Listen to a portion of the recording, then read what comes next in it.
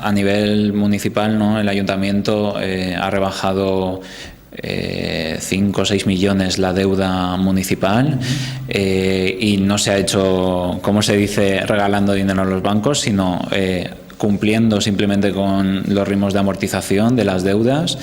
Y bueno, evidentemente lo que se ha pagado ha sido porque por ley, por la ley Montoro, se obligaba a adelantar, ¿no? En cualquier caso, nosotros siempre hemos considerado que la deuda está para hacer cosas y evidentemente un ayuntamiento se tiene que poder endeudar, pero lo que no es asumible es que estemos con niveles de endeudamiento tan enormes que al final lo que supone es hipotecar el futuro, porque yo pido un préstamo, pero dentro de X años yo voy a pagar mucho más por ese préstamo. O sea, lo que ahora tenga es dinero que le voy a quitar al futuro.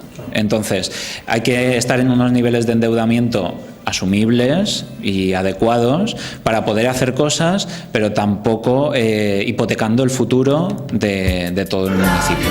Tengamos en cuenta que una parte de esa deuda fue por la inversión que se realizó en la Font, ¿no? Entonces nosotros durante 2 años de inversión de la Font realmente hemos tenido que hacer muchos sacrificios, ¿no?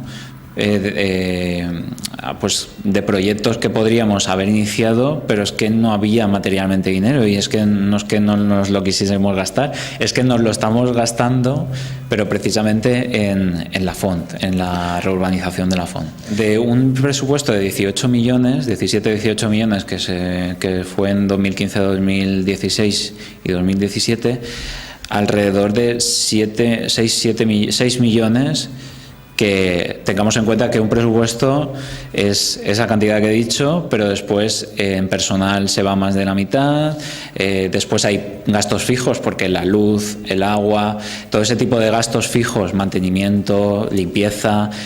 Entonces, al final, el margen que hay realmente de inversión y el margen que hay pues para hacer proyectos o, digamos, de decisiones más políticas, claro, en ese momento estaba copado absolutamente por esa inversión. Ahora, a ver, absolutamente tampoco, pero que había muy poco margen. Ha habido un esfuerzo porque además nos comprometimos a hacer ese esfuerzo no subiendo impuestos, porque realmente el plan que aprobó el Partido Popular afirmaba o establecía que había que subir impuestos para poder hacer frente a ese endeudamiento, y nosotros en 2015, cuando pactamos el gobierno, una de las normas era no subir impuestos, vamos a gestionar mejor, vamos a gestionar bien, no vamos a subir impuestos.